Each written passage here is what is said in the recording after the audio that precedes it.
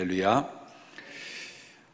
오여선교회가 아주 큰 하나님의 기뻐하신 일을 해서 저도 기쁘고 하나님도 기뻐하시라고 생각이 됩니다.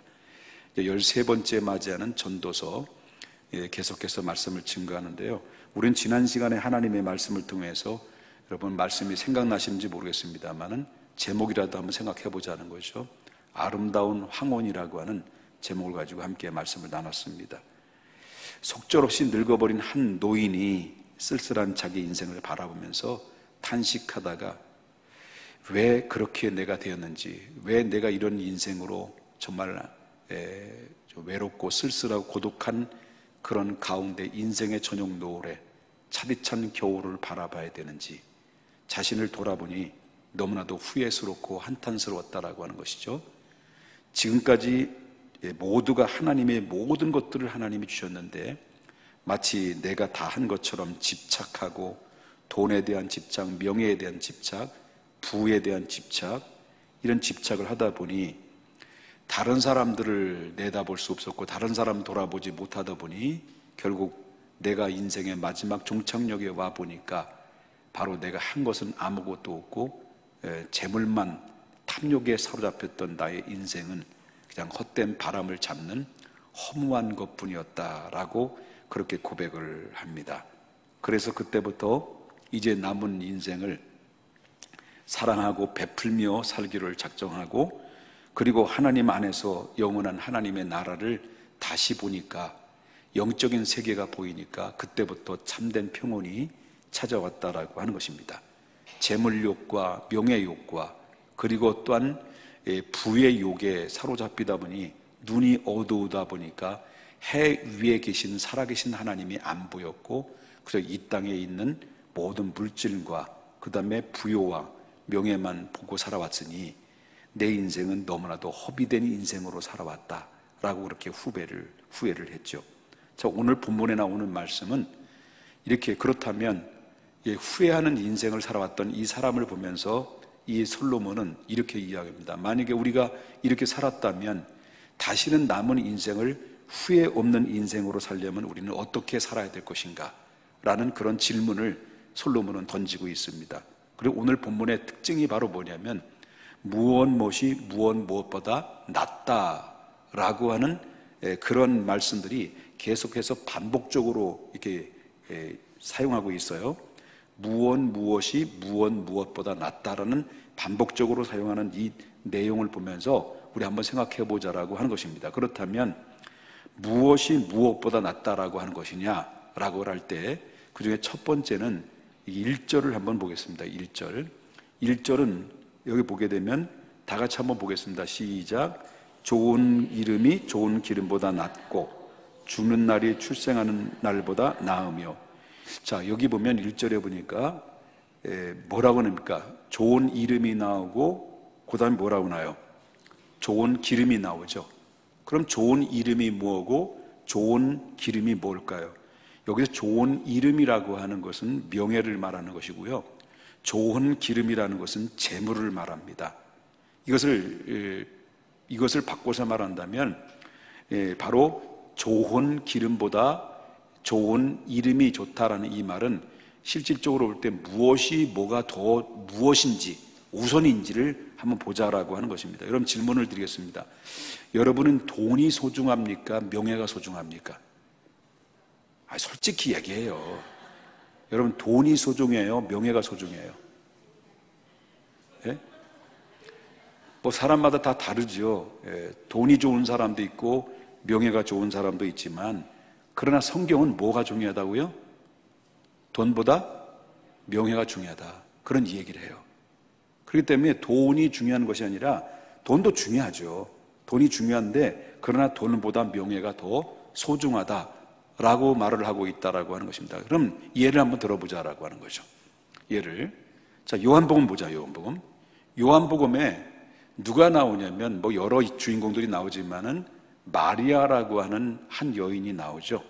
한 여인이 나오는데, 마리아가 예수님과 제자들이 모인 자리에 값비싼 향유를 들고 왔어요. 그 값비싼 향유는 바로 장정 노동자가 1년치 벌어야 될 가치 있는 금액을 가지고 있는 그런 가치예요. 그 향유를 가지고 들어왔어요. 그래서 향유를 가지고 그 향유를 깨트려요. 그리고 예수님의 발 앞에 부어요. 그리고 자기의 머리털로 그 예수님의 발을 닦아요. 그러니까 그 예수님과 제자들이 앉아있는 그 지역에 완전히 냄새가 아주 막 찌를 듯한 냄새가, 향기로운 냄새가 완전히 모여져 있는 것을 압도를 해버리죠. 얼마나 기분이 좋겠습니까? 그런데 이 마리아의 헌신과 사랑은 결국 어떻습니까? 이런 행위를 보면서 예수님이 지금부터 마지막 그때까지 이 여자가 행한 모든 일들이 복음이 전파되는 곳에는 이 여자의 행적을 누구에게도 전달될 것이다, 이야기될 것이다, 이런 얘기를 해줘.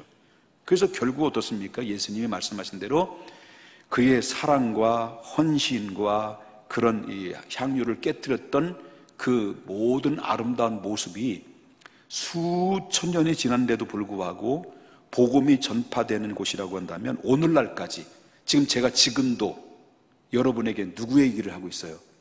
마리아라는 이야기를 했다는 것은 그 이름이 기억되리라. 이름이. 자, 향유에 나오는 향기로운 향은 2000년 동안 그것이 그대로 머물까요? 있다가 금방 사라질까요? 향기는 사라져요. 근데 그 명예, 마리아의 그 헌신은 수천 년이 지난데도 불구하고 그 이름이 사라지지 아니하고 오늘날 복음을 증거하는 오늘 저와 여러분에게도 그 마리아의 헌신에 대한 이야기를 지금 하고 있다라고 하는 것입니다. 그렇기 때문에 마리아의 이름이라고 하는 것은 보배로운 기름보다 훨씬 낫다. 이해되시면 아멘. 말도 하기 싫으면 가만히 있고. 뭐보다 낫다고요? 마리아의 이름이 향기로운 기름보다 낫다. 그런 이야기를 하고 있는 거예요. 아까도 말했죠? 향기는 있다가 금방 사라져요. 분산돼 버리고 이게 뭐라 그러죠? 없어진다는 게.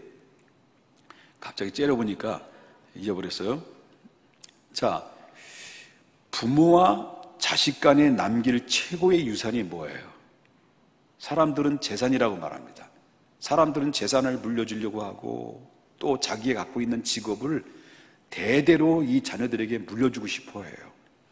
그런데 우리 믿음의 사람만큼 생각을 바꾸라고 하는 거예요. 재산을 자녀들에게 물려주는 것, 이건 보배로운 기름이라고 할 수 있어요. 물론 좋은 거예요. 그런데 가장 중요한 것은 바로 자녀들에게 재산을 물려주는 거, 또 내가 갖고 있는 모든 직업 그리고 또한 모든 것들을 대를 이어주는 거, 그거 중요하지만 그거보다 중요한 것은 바로 믿음에 물려주는 거. 믿음 물려주는 거예요. 그리고 자기 인생을 잘 정리하고 믿음을 다 물려주고 나서 내가 이렇게 하나님 앞에 최선을 살았으니 너도 이와 같이 하나님을 잘 믿고 나처럼 하나님께 복을 받아서 바로 천국이 초막에 살아도 궁궐에서도 주님 모신 것이 그 어디나 하늘나라지 않느냐. 그러니까 내가 이렇게 살았던 것처럼 너도 믿음으로 잘 살아서 하나님의 사랑을 많이 받고 살아라. 이렇게 믿음의 유산을 물려주고, 그리고 자기 인생을 잘 정리하고 아름답게 잘 죽는 것, 아름답게 잘 죽는 것, 이것이 바로 소중한 유산 중의 유산이다라고 하는 거예요.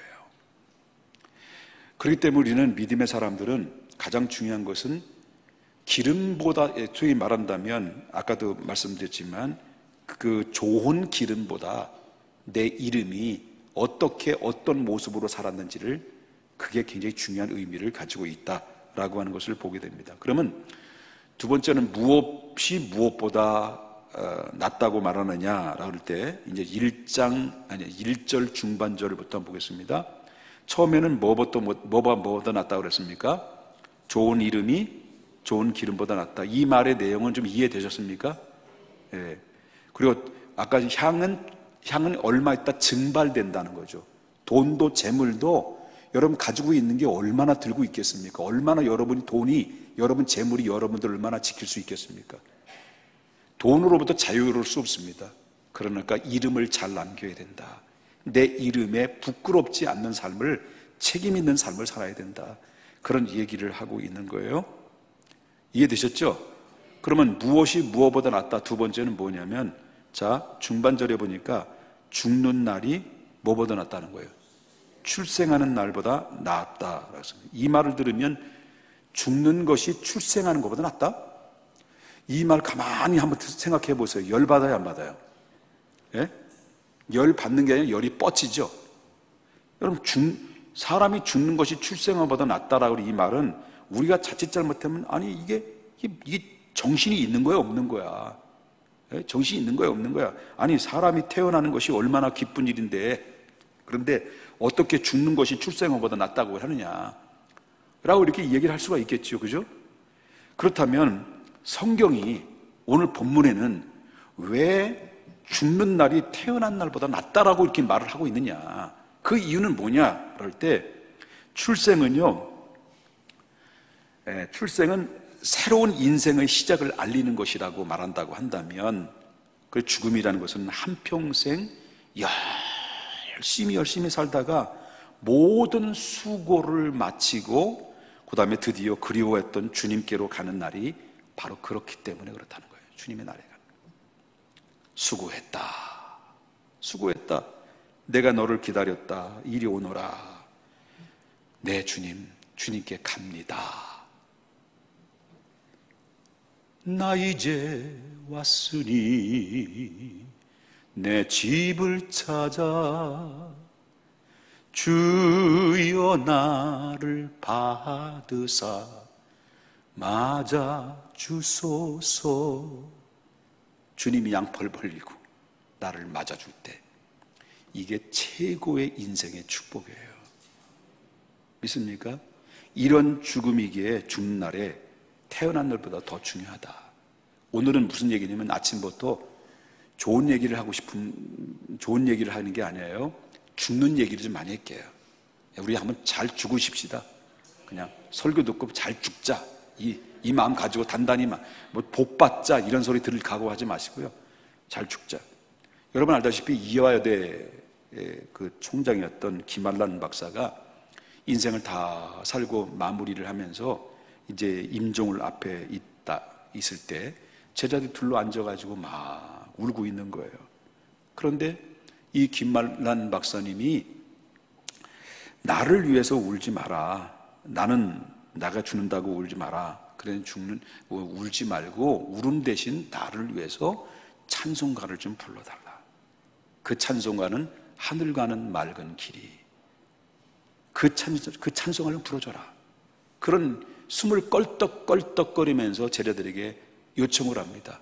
그래서 이 제자들은 그 요청을 받고 하늘 가 맑은 길이 내 앞에 있으니 슬픈 일을 많이 보고 늘 고생하여도 하늘 영광 밝음이 어두운 그늘 헤치니 예수 공로 의지하여 항상 빛을 보도다. 이 찬양을 다 하고 나서 그 찬송 소리를 다 듣고 편안한 모습으로 그 얼굴이 천사빛처럼 비춰진 상태 속에서 숨을 거뒀다라고 하는 귀한 얘기입니다. 죽음은 영광의 죽음이 있고 부끄러운 죽음이 있어요. 이런 사람들을 가지고 무슨 죽음이라고 말하냐면 영광의 죽음이다, 이렇게 이야기를 합니다. 여러분, 죽고 싶지 않지요? 그런데 잘 죽어야 된다, 그런 얘기예요. 우리 옆에 분 인사합시다. 잘 죽으십시다. 그리고 또 잘 그러면 안 되는 거예요. 자, 성경은 무엇이 무엇보다 낫다라고 하느냐? 세 번째, 이제 2절 보겠습니다. 뭐보다 낫다고요? 2절에 초상집에 가는 것이 어디로 가는 것보다 낫다고요? 잔치집에 가는 것보다 낫다. 자, 이 잔치집에는 뭐가 있습니까? 즐거움이 있고 뭐가 있어요? 쾌락이 있어요. 거기에 가서 기분 좋게 웃는 것이 참 좋죠. 그리고 많은 친구들을 만나서 또 이 신랑 친구들, 신부 친구들 어쩌다 눈이 마주치고 좀 내가 좀 잘 어디 썸씽이 좀 썸을 한번 타볼까 뭐 이런 것도 있고 뭐 등등 얼마나 기쁘겠습니까? 잔치집에는 인생의 진리를 그렇지만 어때요? 배울 수 있습니까? 제대로 배울 수 있는 기회는 없는 거예요. 그냥 즐거운 거예요. 그런데 초상집에 가면 내 자신을 보고 환경을 봅니다. 그리고 나의 인생을 돌아볼 수 있는 기회가 생겨요. 이번에도 한 달 내에 3차례의 장례가 있었어요. 저희 교회에. 거기서 많은 사람들의 얼굴을 봅니다. 그런데 자, 이 죽음이라고 하는 것은 바로 뭐냐면 초상집에서 실질적으로 누구를 보러 보냐? 나를 보고 그리고 내 인생이 어떤 인생인가를 돌아볼 수 있는 기회가 된다라고 하는 것입니다. 인생의 진실이 무엇이냐? 인생의 진실은 7장 2절 중반절을 보겠습니다. 인생의 진실이 뭐냐? 자, 모든 사람의 끝이 이와 같이 됨이라. 산 자는 이것을 그의 마음에 둘지니라. 이렇게 말했습니다. 자, 초상집에 가서 잊지 말아야 될 것이 있다는 겁니다. 잊지 말라. 초상집에 가서 너희가 뭘 보면서 뭘 느끼게 되느냐? 그것은 바로 너도 죽는다는 사실을 알라. 너도 죽는다. 언젠가 죽는다. 이 죽음에 대해서 깊이 생각하라고 하는 그런 이야기를 하고 있습니다. 그렇다면 왜 죽음에 대해서 깊이 생각을 해야 되느냐? 마음에 두라는 것은 생각을 하라는 거예요. 그러면 왜 죽음에 대해서 우리가 생각을 해야 되느냐? 무심코 살아가지 말라는 거예요. 근데 이 죽음은 세상에서 가장 보편적인 원리이기 때문에 그렇다라고 하는 거예요. 모든 규칙에는 예외가 있어요. 그런데 예외가 없는 게 있어요. 그게 바로 뭐냐면 죽음만큼은 예외가 없어요. 누구도 피할 수가 없는 거예요. 모든 사람은 다 죽는 거예요. 부자든 가난한 사람이든 잘난 사람이든 못난 사람이든 미스 코리아든 어떻든 권력자이든 힘이 있는 사람, 힘이 없는 사람이든 많이 배운 사람이든 못 배운 사람이든 그렇지 못한 사람이든 다 누굽니까? 결국 죽음 앞에는 그 문턱을 뛰어넘을 수 없고 지구 밖으로 밀려나가야 되는 거예요. 그렇기 때문에 올 때는 순서가 있어요. 막 생년월일별로 순서가 있어요. 1959년 12월 27일 자기 생일이 있어요. 내 밑에 있는 사람 눈을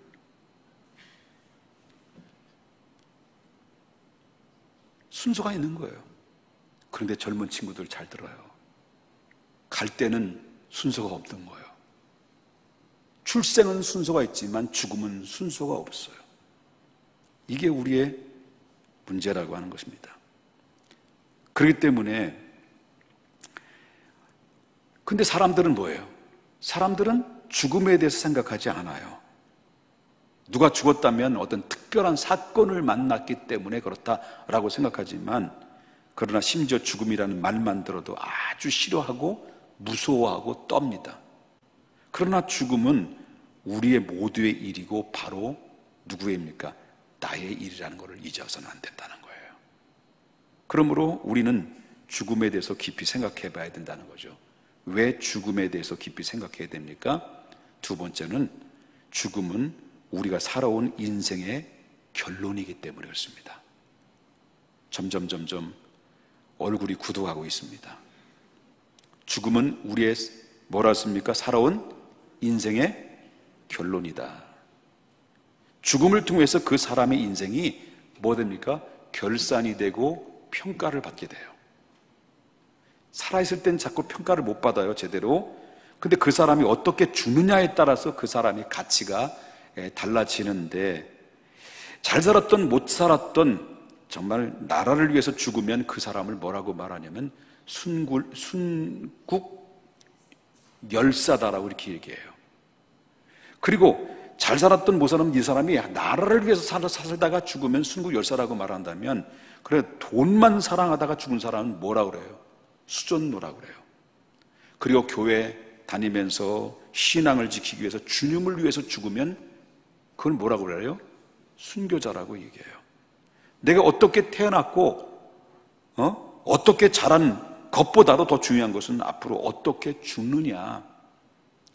잘 사는 것도 중요하지만 잘 죽는 것도 그만큼 중요하다는 거예요. 이것은 살아온 수 있는 모든 것을 다 우리의 인생에 있어서 커다란 과제가 우리 안에 안고 있는 것이다라고 하는 겁니다. 왜 우리는 죽음에 대해서 깊이 생각해야 되느냐? 세 번째는 우리가 죽음에 대해서 깊이 생각할 때 지금 주어진 삶의 가치를 더욱더 분명하게 느낄 수 있기 때문에 그렇습니다. 한 줌의 재로 변한 사랑하는 사람의 모습을 바라보면서 인간이라는 것이 무엇인지, 그리고 인생의 한계가 무엇인지를 알게 되는 이런 모습들을 보게 되죠. 이렇게 허무한 거냐? 이게 허무한 거냐? 한 줌의 재를 한 움큼 움켜쥘 때마다 느껴지는 인생 참 별거 아니구나. 그리고 나도 언젠가는 저 자리에 서게 되겠지. 어쩌면 한 줌의 가루가 될 수도 있고 또 땅에 묻혀서 한 줌의 흙이 될 수가 있겠지. 이것을 확인하면서 어때요? 겸손히 남은 시간을 계산할 수 있게 되는 거예요.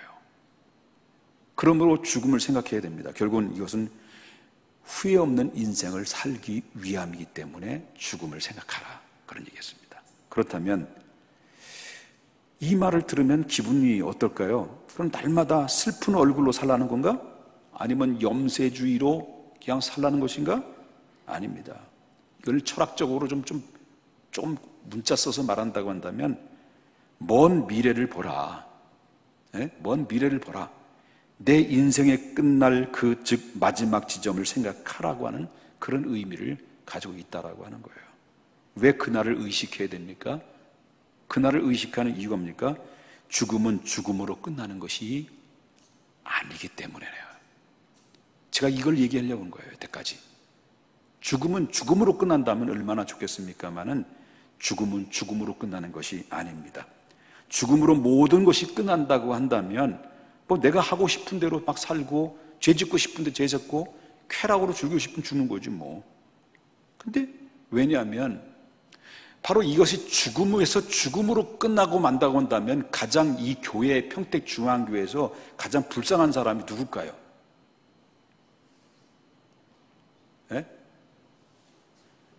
설교 다 들으신 거예요? 안 들으신 거예요? 충청도권이라 반응이 안 보여. 여러분, 죽음에서 죽음으로 그냥 끝나고 없어진다면, 마지막을 끝이라고 한다면, 여태까지 신앙생활을 하면서 이 교회 안에서 살았던 사람들이 가장 불쌍한 사람이 누굴까요?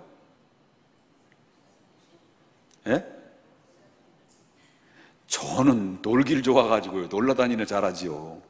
우리 아줌마가 불쌍할 것 같아. 가고 싶은데도 못 가고, 절제해야 되고, 성질나도 참아야 되고, 시험 들어도 가서 쫓아가서 막 문제 해결해야 되죠. 담임 목사는 막 사고 치면 막 설거지 막 해야 되죠. 얼마나 불쌍해. 지금 은근히 사랑 고백하고 있는 거예요, 지금. 여보, 수고 많아. 그런 얘기하고 있는 거예요. 얼마나 불쌍합니까? 그런데 우리가 불쌍하지 않는다는 말은 뭐냐면 사람은 죽음으로 끝나는 게 아니기 때문입니다. 왜냐하면 그 죽은 뒤에 성경은 말합니다. 믿든지 안 믿든지 이 말을 신뢰하든지 신뢰하지 않든지 간에 성경은 말합니다. 한 번 죽는 것은 사람에게 정한 것이다. 그러나 죽음에서 끝나는 것이 아니라 그 후에 심판이 따른다는 거. 심판. 왜 죽음에 대해서 깊이 생각해야 됩니까? 3절 보겠습니다. 슬픔이 우선보다 나음은 얼굴에 근심하는 것이 마음에 유익하기 때문이다. 슬픔의 극치는 뭐냐? 슬픔의 극치의 죽음 앞에서 뭐가 되는 겁니까? 마음의 치료가 돼요. 웬만한 고민거리를 가지고 있는 사람도 죽음 앞에 딱 서게 되면 그 고민이 사라져요. 그 시인 롱펠로우라고 하는 시인이 이렇게 얘기했어요. 쓸데없는 고민에서 벗어나려면 술 한잔하고 춤추는 춤거리에 대신 조용히 무덤을 산책하라, 이렇게 얘기했어요. 그러면 무엇이 중요하고 무엇이 옳은 것인지를 그때 알게 될 것이다. 그러므로 죽음을 생각하는 것은 가장 중요한 인생의 공부가 된다, 그런 이야기를 하고 있다라고 하는 거예요. 이때 방해되는 게 있어요. 이때 방해되는 것인데, 이제 5절과 6절을 보겠습니다. 자, 5절과 6절을 뭐라고 말하냐면, 한번 우리 좀 졸리기도 한 것 같은데 한번 읽어볼까요? 큰 소리를 한번 읽어볼까요? 제가 졸리게 했나요? 네. 자, 큰 소리를 한번 읽어보겠습니다. 시작. 지혜로운 사람이 책망을 듣는 것이 우매한 자들의 노래를 듣는 것보다 나으니라. 우매한 자들의 웃음소리는 솔 밑에서 가시나무가 타는 소리를 같으니 이것도 헛되니라. 자, 여기 보면 우매자의 무슨 소리가 난다 그랬어요? 웃음소리가 들려온다. 아니, 무엇하러 죽을 것을 생각해? 뭘 죽을 것을 생각해? 지금 죽음이고 뭐 심판이고 아무것도 없어. 그냥 오늘을 즐겨. 마셔. 마시자 한 잔의 추억. 마시자. 그만해야 되겠네. 이게 목사인지 세상 가수인지. 여러분, 그냥 즐기자. 그냥 먹고 마셔. 욕심대로 뭐 아무렇게 살아. 이런 소리들이 누구의 소리라는 거예요? 우매자들의 비웃음 소리다, 이거예요. 비웃음 소리. 그러나 그런 소리를 들어서는 안 된다. 누구의 소리를 들으냐? 오히려 지혜자의 책망을 듣고, 그리고 하나님의 말씀을 들어야 된다, 이거예요. 바로 제가 하나님의 말씀을 증거하는데, 여러분들 만약에 눈치를 본다면 저는 오늘 이 설교를 안 해요. 뭐 쓸데없이 막 죽음에 대한 설교를 해서 기분 나쁘게 만들어요. 그렇잖아요.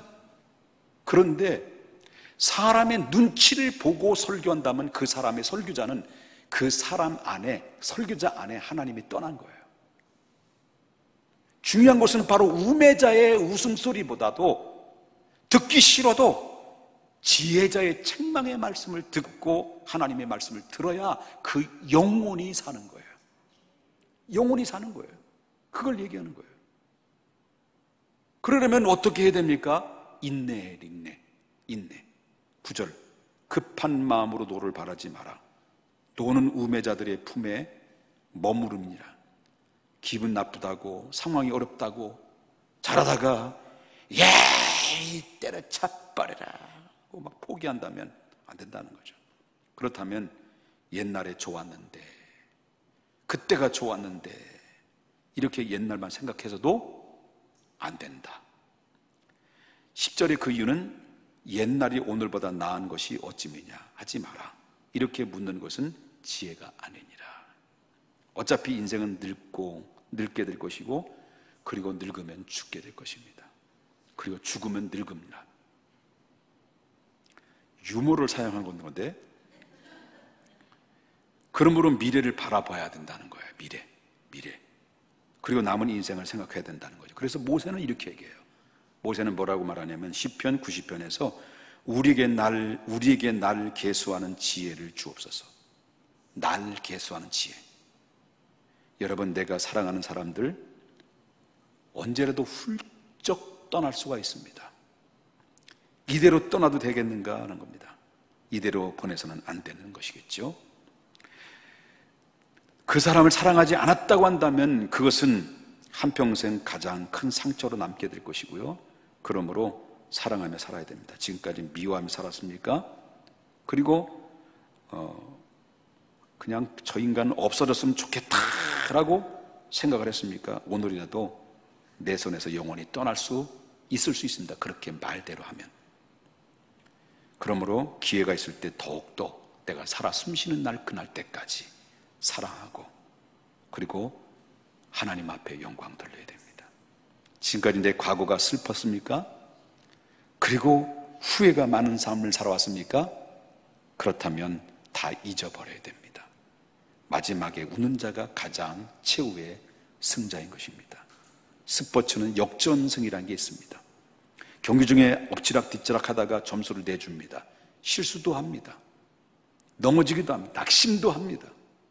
그러다가 마지막 순간에 최선을 다해서 한 판승을 거둘 때 그 한 판승이 얼마나 멋지고 짜릿합니까?